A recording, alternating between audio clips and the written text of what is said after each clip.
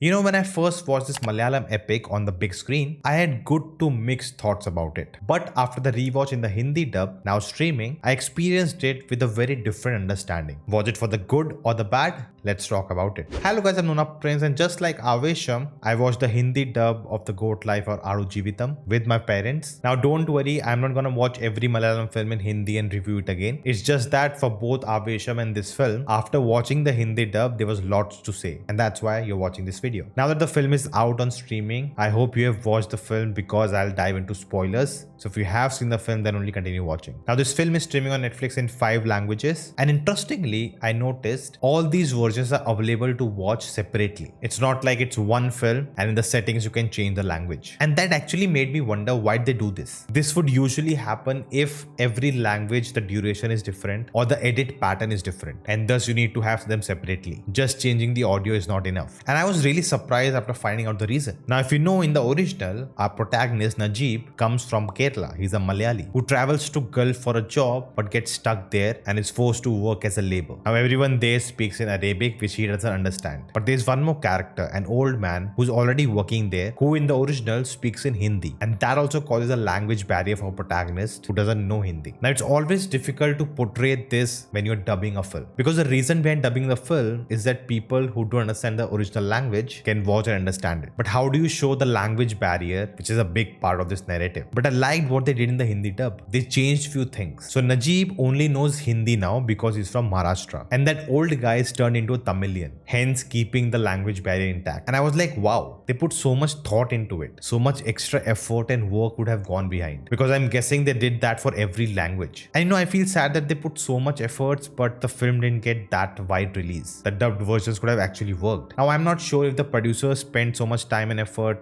making these dubs, or was it Netflix, because the film took a long while to come on streaming. But also the Hindi version is dubbed by Prithviraj himself. So maybe if someone in the comments can clarify. Now my parents liked the film. They loved Prithviraj's performance, and it was definitely a difficult watch, especially for my mother. She was like, oh my god, oh my god, oh my god after every scene. But you know, watching the film again, I realized that you can actually sit through the film. It's not too hard to watch. It's actually pleasant to the eyes. Ironically, the visuals are good looking considering the story it's telling. Yes, we are watching a man who's treated as an animal, but the way it's portrayed, it's not disgusting that you never want to watch it again. That there are scenes in the film that you just want to look away from. The way it's shot aesthetically actually makes it a visual experience. Now what I remember from my review, the second half took a dip for me personally. It didn't have me as hooked as the first half, where the focus was on this one character, our protagonist, and we witness his breakdown from a man to a goat. It is like a character study. And the second half is more of a survival adventure, and overall you feel the length of the film. It is long. I still believe the flashbacks hinder the experience. While watching the film again, in those moments I was moving around, and I do understand the significance of those scenes. It gives depth to the character, more context, where he's coming from, what he's missing. But I think the way it's incorporated in the film, it's very old-fashioned filmmaking. But I do believe this film actually has a really good rewatch value, and I think the big reason behind it is the performance by Prithviraj Sukumaran. Just incredible. I couldn't see Prithviraj at all. That's how good he was. And the body transformation he went through, that to knowing that behind the scene he did it twice. The look he carries in the film.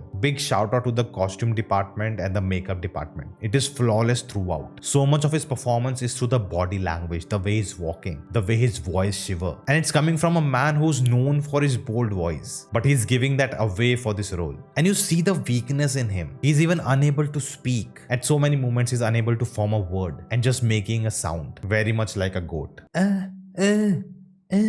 क्या कर रहा है यार तू? तो मजाक है क्या?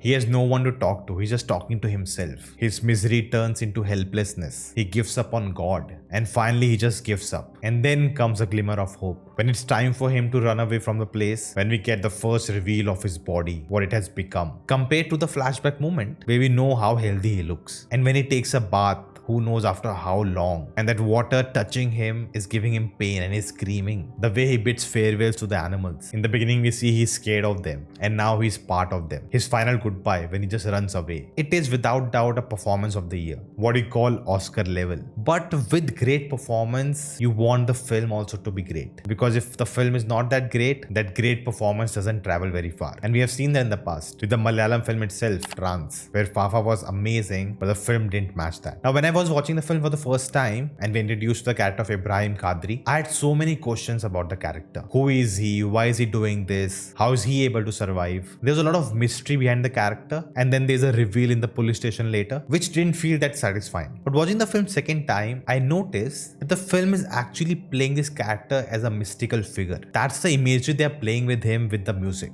There's even a mention that he's a prophet who will get them out of the desert. So that makes you let go of the logic you want and accept him as a divine character who's helping our protagonist in this journey where the human spirit is going as far as it can go. And this support is a reward in return. Now Hakeem's character, even second time, didn't work that well for me. The physical performance is really good, but there are many moments with the character where you feel like he's acting very childish or the dialogues he's saying is not adding up. And I understand that the character is very young actually. You cannot expect him to behave maturely. But he was stuck here for many years just like Najeeb. In a sense, his body has gotten used to this place. But at many places, his behavior didn't match that. And I don't think it's the writing here, but maybe a better performance could have delivered it. That's what I feel personally. Now, talking about the second half, as I said before, it kind of becomes an adventure survival genre and it becomes very repetitive. It's the same thing over and over again. They are walking, they don't have water, they are struggling, they fall down. And then we repeat the loop again. Even visually, it's just a desert they are stuck in. They are sand dunes, that's it. So even there it becomes the same thing. But again, watching the second time, I was more accepting of those scenes, so I didn't mind it. And in the climax moment, again they use this old-fashioned trick. Will he or will he not get caught? And then we get an imaginary sequence. Oh, he got caught. Then we cut back to reality. And we have seen sequences like this many times in the past. So we know what's gonna happen. He'll not get caught. Now it's all about how. Now when the first time I saw this scene, I thought the guy just let him go. Like,